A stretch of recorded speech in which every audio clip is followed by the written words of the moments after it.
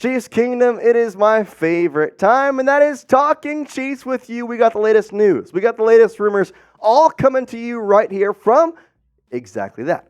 You. We answer all the latest news and rumors questions coming in on our Tuesday live shows. If you want to be on our shows, then make sure you hang out with us at Tuesdays at 3 p.m. Central Time. We're also going to be live a lot over the next couple weeks with the Super Bowl coming up. We're going to have live audio clips and everything from Super Bowl 58 media right here, so hit that subscribe button. And without further ado, let's get rolling here on today's show with the first question from Tom, who sent in a $5 super chat. Shout out Tom, who skips the line and says, I have a question. Was I the only one that thought it was awkward when Suggs came out during the third quarter? I mean, he won a Super Bowl with us. Oh, Tom, yes.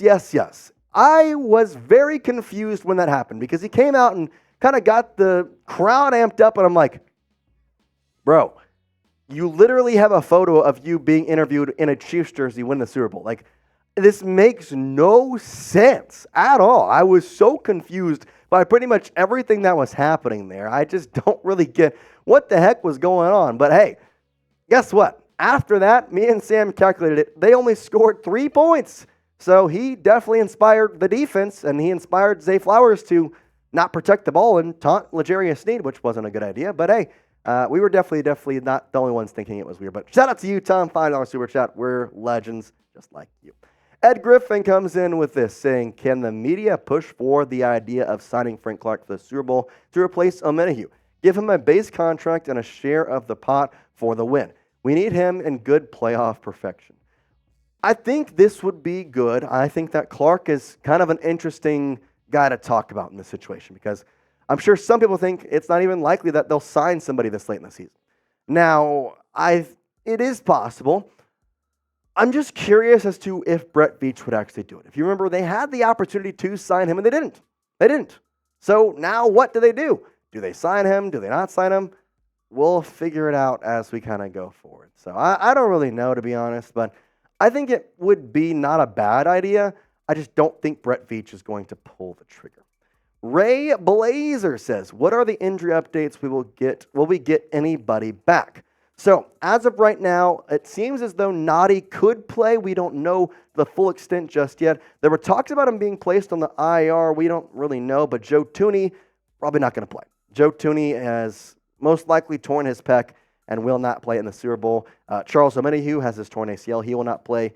The two guys that I'm watching really heavily in this next couple weeks is going to be Willie Gay Jr., the linebacker, along with Mike Edwards. Edwards played most of the game against the Ravens, came out a little bit with a concussion. He should be good to go, but want to make sure he is all set.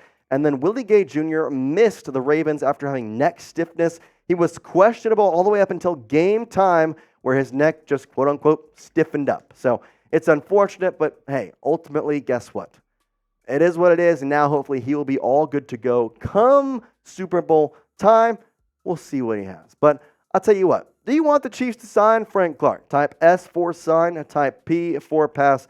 I know that it's an interesting part, obviously, with the injuries to Omenihu. We could have a potential to see Frank Clark maybe come out of the wings. He could be the one to potentially kind of save this Chiefs organization. I would tell you what, if they sign Frank Clark and he just comes out and sacks somebody in the Super Bowl to finish off the year, that would kind of be freaking hilarious. I wouldn't lie.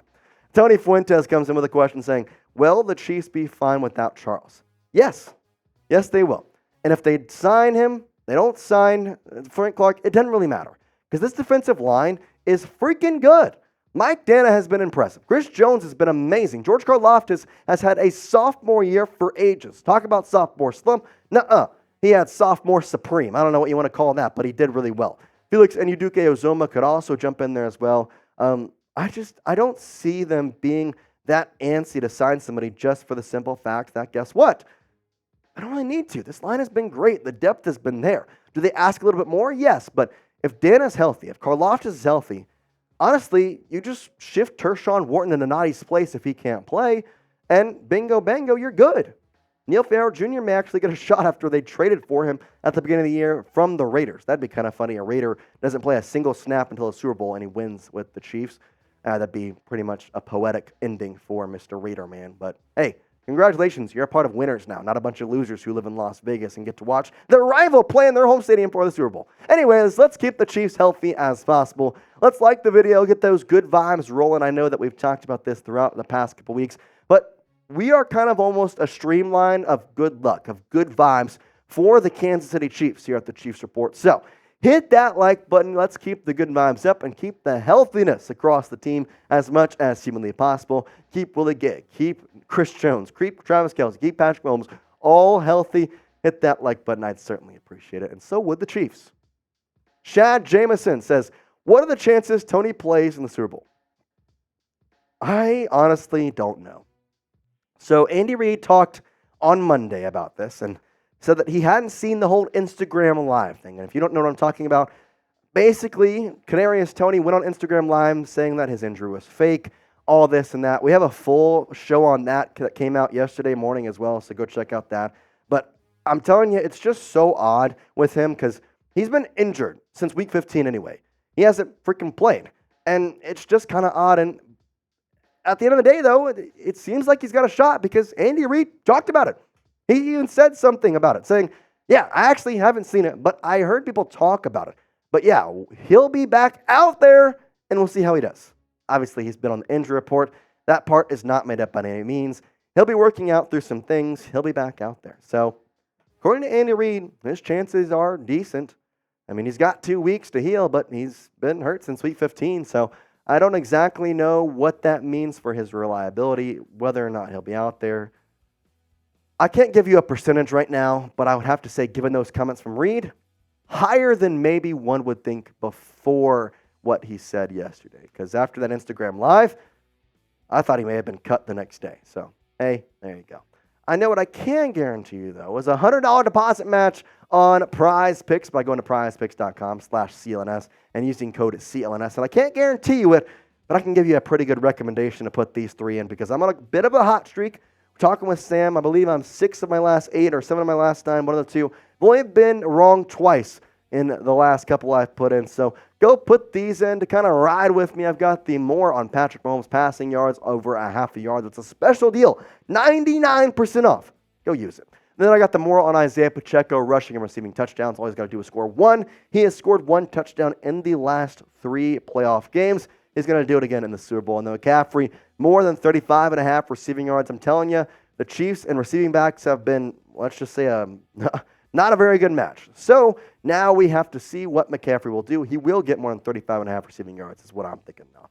Now, if you don't know how to play PrizePicks, well, it's super simple. You choose 2 or more players. I went with 3, but you can go up to 6. And then as you saw, you can choose more or less on their PrizePicks projections. I'm a more guy. That's how I am. That's how I always will be. I like more. It's more fun to root that way. Hey, that's just the way I pick. Plus, there's a lot of good more picks. So go in there and put those in. You can choose flex or power play depending on how confident you are.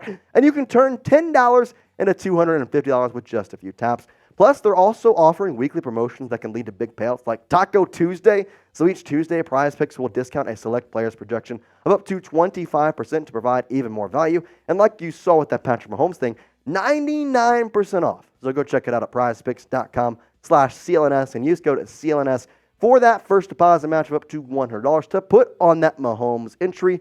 And shout out to PrizePicks. It's daily fantasy sports made easy. And Switzer says, is Mike Edwards playing in the Super Bowl?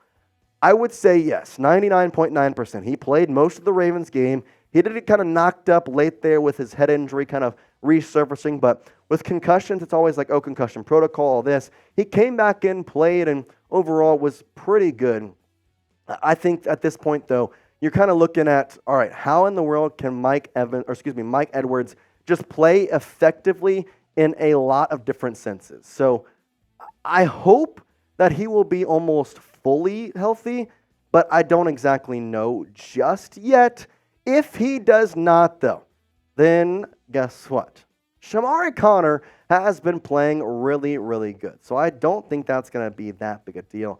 And ultimately, hey, if he can't play, Shamari's got it covered. And Deion Bush, I'm not going to say it, but he made the game-sealing interception in a way against Lamar Jackson. So, hey, there you go.